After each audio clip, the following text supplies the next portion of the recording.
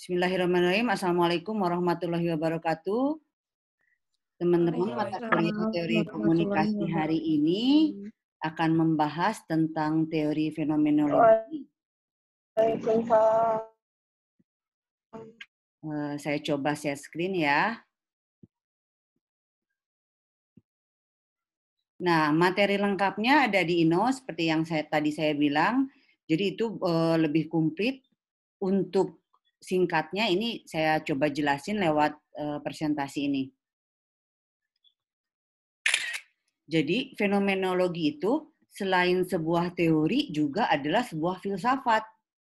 Kemudian fenomenologi juga merupakan sebuah metode atau pendekatan penelitian. Fenomenologi juga sebuah ilmu.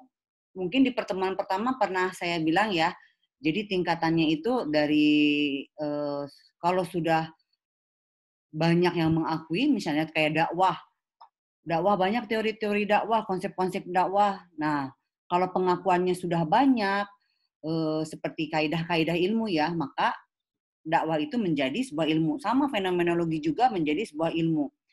Nah, apabila kita menganggap fenomenologi sebuah teori, misalnya penelitian teman-teman skripsi pakai fenomenologi, tentu saja metode atau pendekatannya juga pakai fenomenologi.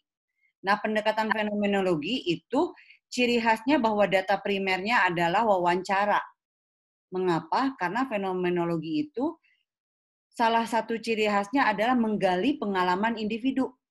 Ingat, jadi fenomenologi adalah menggali pengalaman individu. Jadi yang dikorek-korek pengalaman individu. Dan yang kedua ciri khasnya adalah partisipatory aktif kalau di dalam metode penelitian. Jadi kita tuh menjadi bagian dari yang diteliti. Misalnya teman-teman mau meneliti pola komunikasi pesantren A. Nah, teman-teman juga harus jadi santri dari pesantren A itu gitu. Atau misalnya mau meneliti customer loyalty di perusahaan tertentu misalnya. Nah, teman-teman juga harus jadi customer perusahaan itu. Jadi biar merasakan gimana menjadi customer perusahaan itu. Jadi fenomenologi sebagai sebuah ilmu itu, jadi dia ini lebih fokus pada pengalaman subjektif dari individu-individu yang menjadi informan penelitian.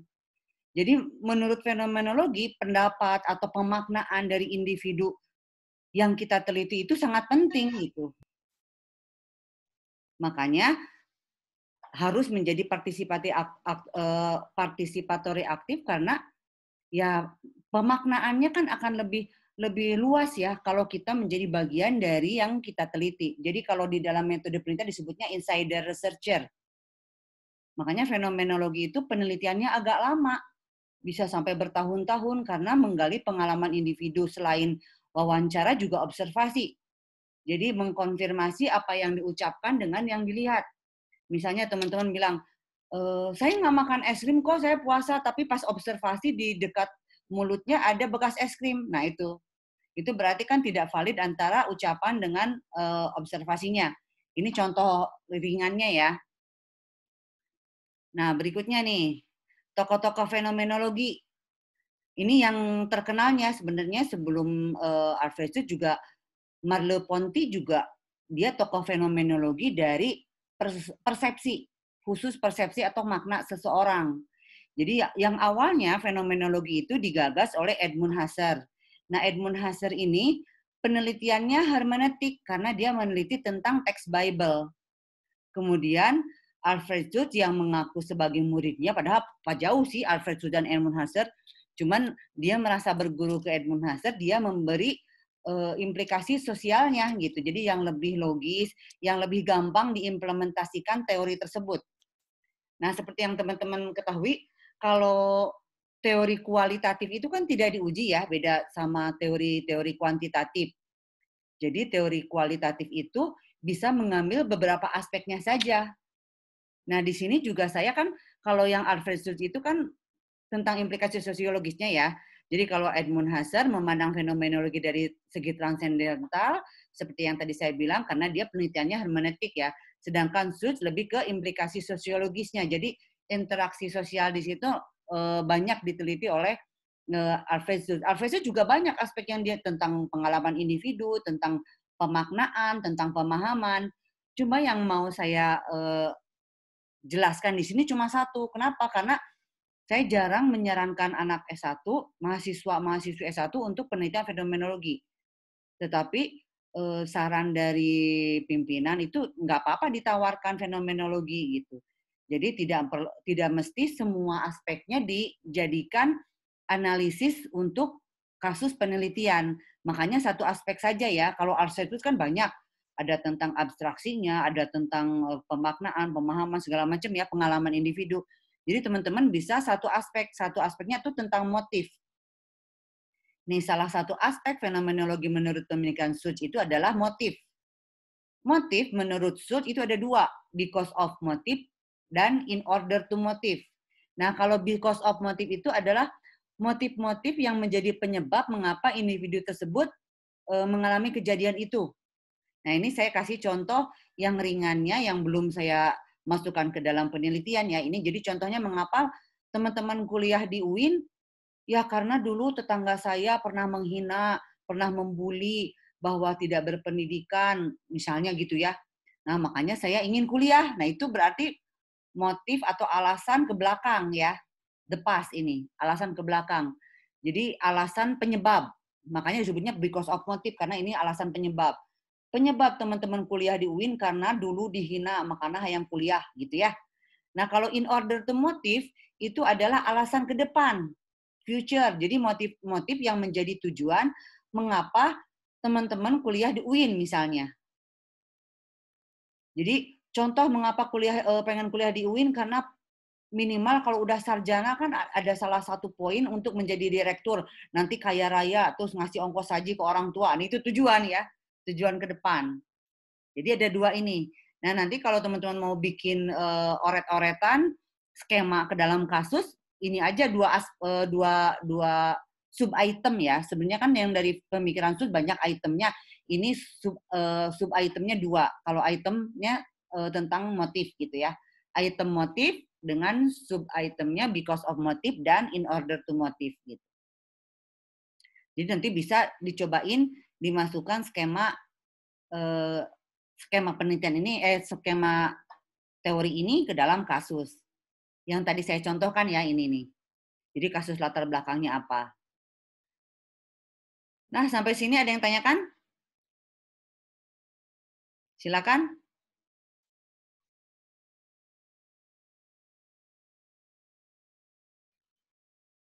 Paham ya? Jadi kalau mensimpelkan sebuah teori untuk penelitian itu tugas saya sebagai dosen karena ini sebenarnya kalau dibukukan ada dua ya, ada tiga bukunya Merleau-Ponty, bukunya yang besar yang Edmund Husserl sama satu Alfred khusus ada buku Alfred Suss. Di situ banyak banget tentang pemahaman intersubjektif. Nah, saya coba menyederhanakan teman-teman dari satu aspek saja, yaitu aspek motif. Karena lebih mudah dimasukkan ke dalam skema kasus yang seperti pernah kita latihan ya. Nah, untuk teori-teorinya mungkin karena belum ada yang ditanyakan, saya coba menawarkan sebuah contoh ya, contoh skema dalam teori, matriksnya ini. Kelihatan ya?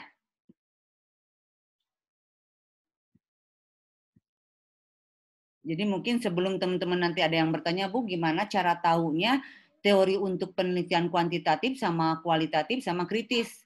Itu sebenarnya kalau udah dibaca teorinya semuanya kelihatan jelas apakah ada variabel, apakah ada aspek, atau misalnya narasinya banyak sehingga sulit untuk melihat mana ini aspek-aspeknya, berarti itu kualitatif. Kalau yang panjang ininya terus tidak kelihatan jelas. Nah ini ya, kalau yang kuantitatif di sini beberapa teorinya itu teori agenda setting, kayak teori jarum hipodermik itu kuantitatif. Kemudian teori-teori tentang pesan juga, judgment teori juga. Terus kayak teori psikoanalisis, kayak social learning, SOR, itu teori kuantitatif. Nah kualitatif banyak juga nih. Jadi kayak teori diskurs itu ada yang kuantitatif, ada kualitatif, ada yang kritis. Ini kan yang pertama teori-teori tentang analisis isi. Analisis isi yang kuantitatif itu biasanya melihat hanya reka bentuk aja. Biasanya untuk surat kabar, untuk apa itu gampang. Kalau yang ini lebih ada Van-Dijk. Misalnya Van-Dijk itu ada 2 jenis, ada yang bisa dikritis, ada yang dikonstruktivis teorinya itu. Nah, ini teori-teori yang biasa digunakan di Humas itu kan teori-teorinya manajemen, teori-teorinya grup, tentang organisasi, tentang interpersonal gitu. Sama teori yang sekarang fenomenologi. Ya. Nah, kalau yang kritis biasanya itu alirannya dari Jerman nih. Banyak tentang critical discourse analysis, Karl Marx sama Habermas dan lain-lain banyak juga.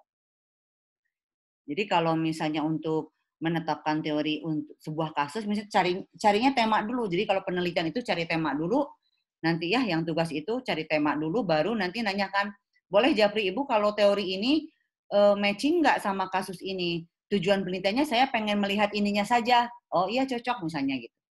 Bisa ya. Jadi mulai sekarang dari Padang Lamun bisa mulai memikirkan kasus dan teorinya. Ini juga udah saya share di Idong, udah saya upload di pertemuan minggu depan. Ya, sampai sini ada yang tanyakan? Silakan.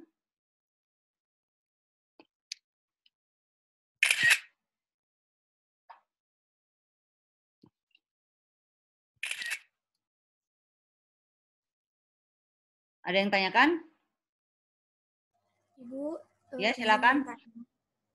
Untuk yang tadi yang Ibu sebutkan itu, kalau misalnya mau melakukan penelitian, itu yang urutannya tuh apa aja Ibu? Yang pertama kan tema. Sama tema. Selanjutnya apa ya Bu ya? Awalnya tema, misalnya temanya, saya mau temanya tentang komunikasi kelompok misalnya. Nah ini kelompoknya kelompok, terus yang mau diteliti apa misalnya ininya, itu baru kita tujuan secara globalnya dulu. Tujuan atau pertanyaan penelitian itu harus merujuk pada konsep dan teori yang kita akan analisis. Jadi setelah tema, fokusnya mau kemana, baru konsultasikan mau teori apa tuh, nyari dulu teori. Oh lapar sama. Nah sebenarnya kalau lagi mana ya? Teman-teman bisa praobservasi dulu. Misalnya mau peneliti tentang perusahaan tertentu, itu bisa praobservasi dulu. Karena untuk di latar belakang itu perlu praobservasi. Yang lainnya bisa di habis. Nggak ada. Halo, di mute. Ican mute cenatu. Ya, jadi gitu ya. Jadi dari mulai tema, terus mau fokus kemana, terus kalau bisa praobservasi. Bukan kalau bisa sih, itu kan untuk latar belakang praobservasi itu, biar tahu. Jangan-jangan misalnya perusahaannya udah nggak ada. Makanya harus dipraobservasi dulu ya. Jadi yang pertama tema, terus praobservasi gitu. Kalau nanti itu mah skripsi sih. Makanya tugas yang sekarang itu tidak akan terlalu fokus di tahap-tahap penelitian atau metodologinya, tapi saya lebih fokus ke pemahaman teman-teman teorinya gitu. Bagaimana menerapkan teori, mengimplementasikan teori ke dalam menganalisis sebuah kasus yang akan diteliti. Seperti yang kemarin udah jelasin kan minggu kemarin. Paham ya? Ya. Terima kasih Ibu. Ya, ada lagi yang tanyakan tentang teori fenomenologi yang tadi?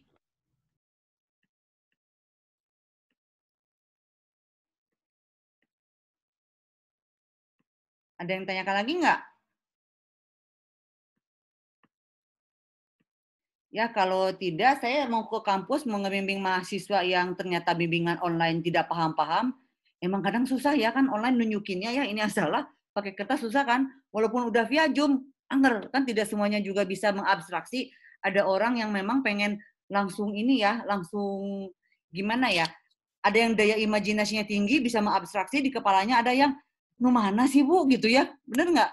Apalagi laki-laki, itu daya abstraksinya kurang. Iya, memang kodratnya seperti itu. Kalau perempuan itu masih bisa berimajinasi, oh iya Bu, yang maksud Ibu tuh ini ya, teori ini ya, gitu kan bisa. Ini susah, makanya saya mau ketemu gitu sama orangnya sekarang di kampus FDK. Barangkali ada yang mau ke kampus? Enggak sih, nggak ngajak bukber, dan mau cepet-cepet pulang kan lagi corona. Nggak boleh lagi di luar. Baik teman-teman ya, sampai ketemu minggu depan boleh libur, tapi materi sudah saya upload juga, jadi bisa dipelajari kalau nggak ada kerjaan gitu ya. Tapi bukan berarti, si Ibu meni straight banget mau lebaran, tetap aja belajar, enggak ya. Tetap kita Iya, Bu. protokol kesehatan segala macam, terus cuma materi tetap saya upload di Inau. Barangkali ada yang nggak ada kerjaan gitu, pengen baca-baca, Allah baca-baca, ningali drakor Ibu cenah. Barangkali ada yang pinter di sini yang rajin belajar, kan kita nggak tahu ya, jangan menjudge orang, semuanya sama. Kan nggak semua juga di sini suka bala-bala sama seblak ya. Ada juga kan yang suka liwet sama bakar asin peda ya. Oke, selamat Kabita. Saya sengaja biar teman-teman masak sekarang. Sampai ketemu lagi di Inau nanti. Assalamualaikum warahmatullahi wabarakatuh. Oh ya, mohon maaf lahir batin ya. Salam untuk keluarga. Waalaikumsalam. Lah, Bu. Waalaikumsalam. Warahmatullahi wabarakatuh. Makasih, Bu. Terima kasih, Bu.